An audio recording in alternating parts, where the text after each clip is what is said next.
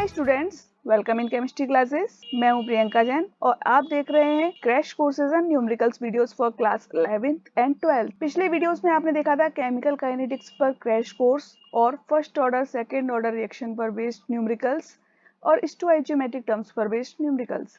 आज हम देखेंगे आर्हेनियस इक्वेशन पर बेस्ड न्यूमेरिकल्स। ये जो न्यूमेरिकल्स हैं स्पेशली मैंने नीट एग्जाम से लिए हैं, तो अगर आप नीट के लिए स्टडी कर रहे हैं तो ये वीडियोस आपके लिए बहुत ज़्यादा यूजफुल है। ओके, चलिए तो देखते हैं पहला हमारा न्यूमेरिकल क्या है।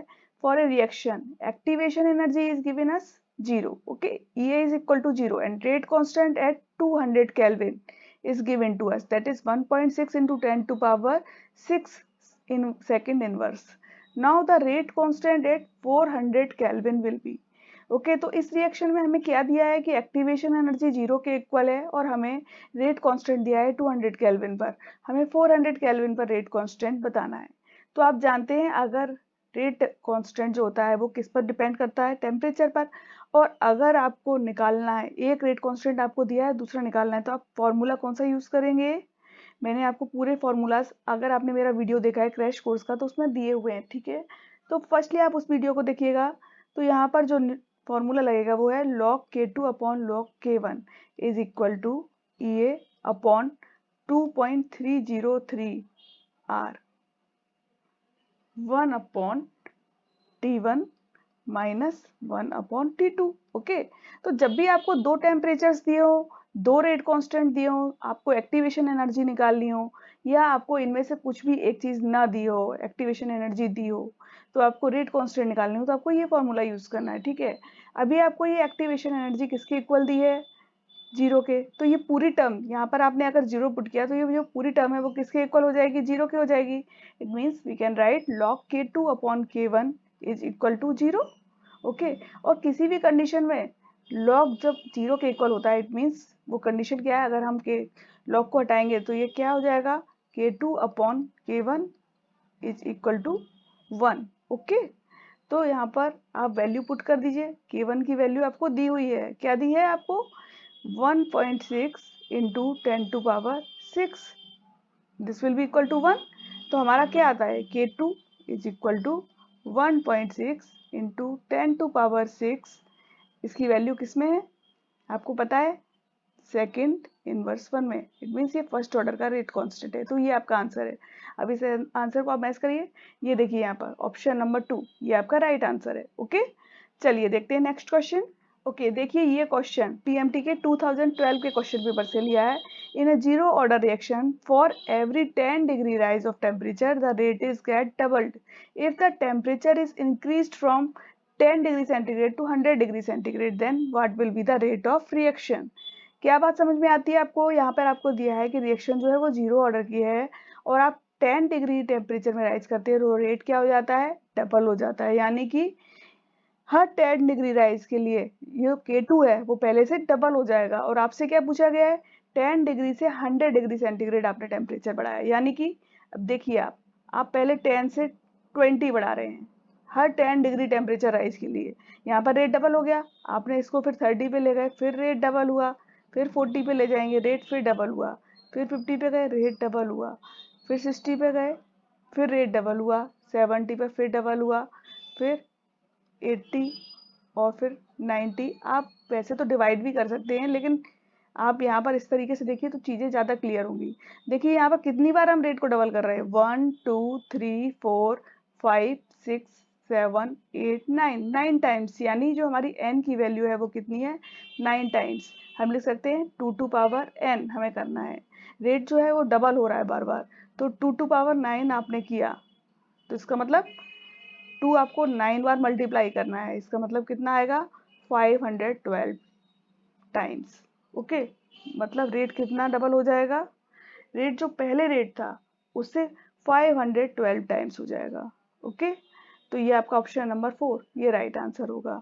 मैंने यहाँ पे आपको इसलिए करके बताया, अगर आप 10 डिग्री सेंटीग्रेड को 100 डिग्री सेंटीग्रेड से डिवाइड करते तो 10 टाइम्स आएगा, लेकिन 10 टाइम्स नहीं होता एक्चुअली। यहाँ पर देखिए 9 ही टाइम्स रेट डबल हो रहा है, इसलिए आप इस तरीके से करके देखेंगे, आपको चीजें पिक्चर जल्दी क्लियर होगी। ओके, चलिए देखते हैं अपना नेक्स्ट क्वेश्चन।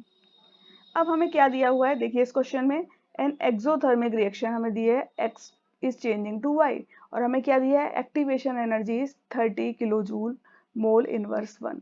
हमें डेल एच दिया हुआ है, एंथैल्पी चेंज रिएक्शन के लिए वो कितना है, -20 kilo joule. Okay, then activation energy for the reverse reaction हमें फाइंड आउट करनी है। तो देखिए यहाँ पर हमें क्या दिया है, ये दिया है फॉरवर्ड रिएक्शन के लिए, उसकी वैल्यू कितनी है, 30 kilo joule mole inverse 1। Okay, हमें यहाँ पर डेल एच की वैल्यू दी हुई है, ये कितनी है, -20 किलो जूल। ओके, अभी हमें क्या पता लगाना है, ये फॉर द बैकवर्ड रिएक्शन। तो देखिए आपने मेरा वीडियो देखा हो तो उसमें आपको मैंने बताया हुआ है, ये फॉर्मूला मैंने बताया था, बहुत ही इंपॉर्टेंट फॉर्मूला है, छोटा सा फॉर्मूला है लेकिन आपने कभी इसे मिस कर जाते हैं। फॉर्मूला क्या है, del H is equal to E of forward minus E of backward reaction. Okay, तो यहाँ पर आपको वैल्यू पुट कर देनी, डेल एच की वैल्यू कितनी दी है, -20, ये वैल्यू कितनी दी है, 30, माइनस ये आपको फाइंड आउट करनी है। ठीक है, तो ये वैल्यू कितनी आ जाएगी, इसको आप इस साइड ले जाइए, इसे इधर लाइए, तो ये किसके इक्वल होगा, 30 + 20 यानी कि 50 किलो जूल मोल इनवर्स 1। ये हो गया आपका आंसर। अब इसे मैच करके देखिए, यहाँ पर किस में दिया है, ऑप्शन नंबर 3, ये आपका राइट आंसर है। चलिए देखते हैं नेक्स्ट क्वेश्चन। आपको क्वेश्चन दिया है AIPMT 2015 से मैंने लिया है, the activation energy of A reaction can be determined from the slope of which of the following graphs. तो देखिए मैंने आपको क्रैश कोर्स में काफ़ी सारे ग्राफ्स भी दिए थे, और ग्राफ्स बहुत इंपॉर्टेंट चीज़ है, आप प्लीज़ उस वीडियो पे जाइए और फिर से ग्राफ्स को देखिएगा, तो आपको पता चलेगा कई सारे क्वेश्चंस जो हैं वो ग्राफ्स बेस्ड आते हैं। ठीक है, तो यहाँ पर आपसे पूछा गया है कि हमें अगर एक्टिवेशन एनर्जी का फाइंड आउट करनी है तो आपको किसका बीच में स्लोप देखना पड़ेगा। तो देखिए आर्हेनियस इक्वेशन में मैंने आपको एक बताया था ये इस टाइप से, कि अगर आप नेचुरल लॉग ऑफ के इस सेंड पर लिखते हैं और यहाँ पर लिखते हैं 1/t, इसके बीच में ग्राफ खींचते हैं, तो जो ग्राफ मिलता है वो कैसा होता है, इस तरीके का होता है, निगेटिव स्लोप मिलता है। और इस स्लोप से आप किसको फाइंड आउट कर सकते हैं, ये अपॉन 2.303 आर।